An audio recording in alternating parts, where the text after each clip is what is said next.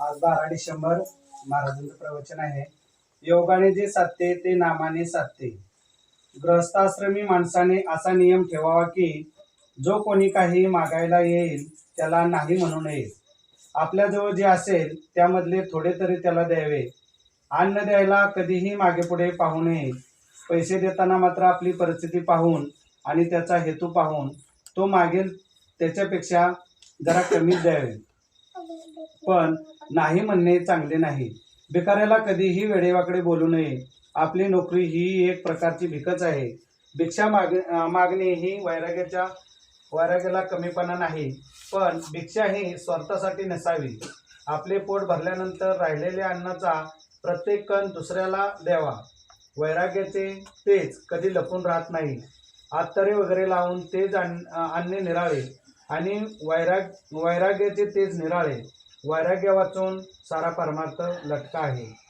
जगाचा स्वभाव कळणे ही ज्ञानाची पहिली पायरी आहे.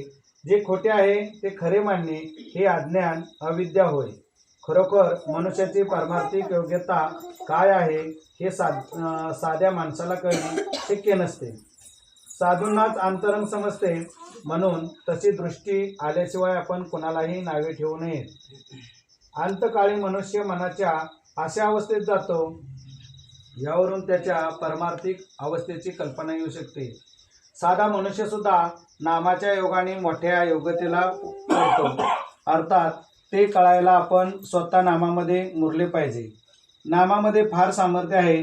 कोणी त्याचा अनुभव घेऊन पाहत नाही. त्याला काय करावे? योगाने जे साधते ते नामाने साधते यात संशय नाही. ज्याला नामाची चटक लागली त्यावर रामाने कृपा केली असे निश्चित समजावे. परंतु नामाची चटक लागण्यासाठी सतत नाम घेणे हाच उपाय आहे. तसे पाहिले तर प्रपंच माणसाने अत्यंत स्वार्थी असल्याचे आपल्याला दिसून येते.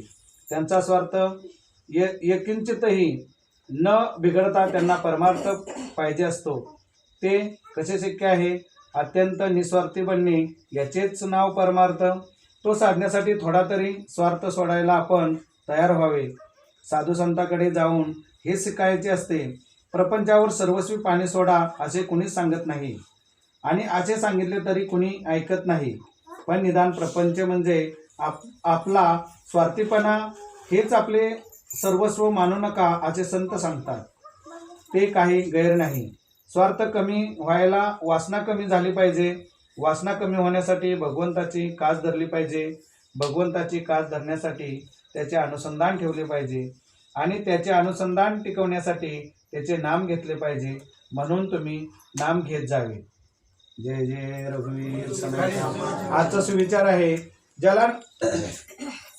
ज्याला नामाचे प्रेम लागते त्याला भगवंताचे दर्शन करते. जानकी जीवन समर्थ. जय जय रघुवीर समर्थ.